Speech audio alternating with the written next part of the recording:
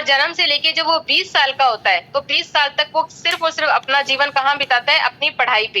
यानी वो डिपेंड रहता है अपने पेरेंट्स के ऊपर। बच्चे को, जो बच्चा जन्म लेके 20 साल का होता है तब तक उसके पापा मम्मी जो भी होते हैं वो उसको पढ़ाते हैं, उसका खर्चा उठाते हैं। जैसे ही वो 20 से 60 का होता है, थोड़ा सा वो कमाना स्टार्ट होता है, तो उसके साथ में क्या हो जाता है, उसके साथ में उसके ऊपर बहुत सारी जिम्मेदारी हो जाती है। जिम्मेदारी की बात करते हैं हम, जैसे कि उसके पास में उसकी शादी हो जाती है, वो घर ले रहा है तो होम लोन्स वगैरह उसके लेते हैं, बच्चे हो जाते हैं, उसके बच्चों की जिम्मेदारी हो जाती है, बच्चों को पढ़ाना होता है।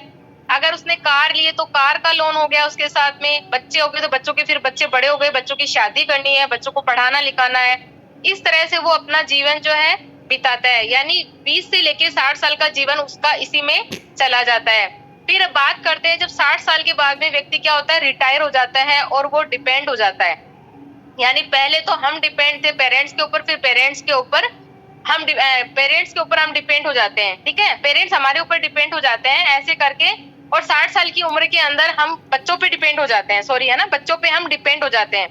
तो अब आप देखिए यहाँ पे क्या होता है, रिटायर होने के बाद की हम बात करते हैं तो 45% जो होते हैं वो क्या होता है, किसके ऊपर डिपेंड रहते हैं, बच्चों के ऊपर, कि बच्चे उनके घर का खर्चा चलाएंगे, उनको इनकम वगैरह देंगे, उनका जो दवाई का खर्चा जो भी है बच्चे उनको देते हैं।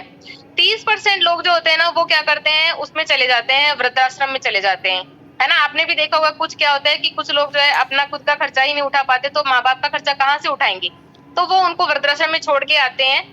और 23% लोग क्या करते हैं, आज भी इनकम कर रहे हैं। बहुत से लोगों को आपने देखा होगा रिटायर होने के बाद में भी 60, 70, 80 की उम्र में भी वो खुद से काम कर रहे हैं, क्योंकि उनको इनकम की जरूरत है।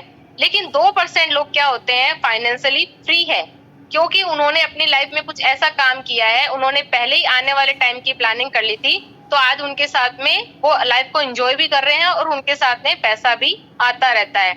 अब आप खुद से सवाल कीजिए कि आप कौन सी कैटेगरी में आना चाहते हैं, खुद को कौन सी कैटेगरी में देखना चाहते हैं।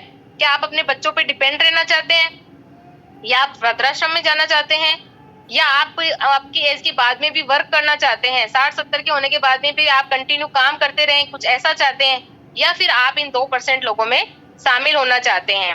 तो अब हम अगर इन 2% लोगों में शामिल होना चाहते हैं तो फिर हमें क्या करना होगा, हमें हमारे सपनों को पूरा करने के लिए, जो आपके कोई भी सपना है, जो अभी आपको सपने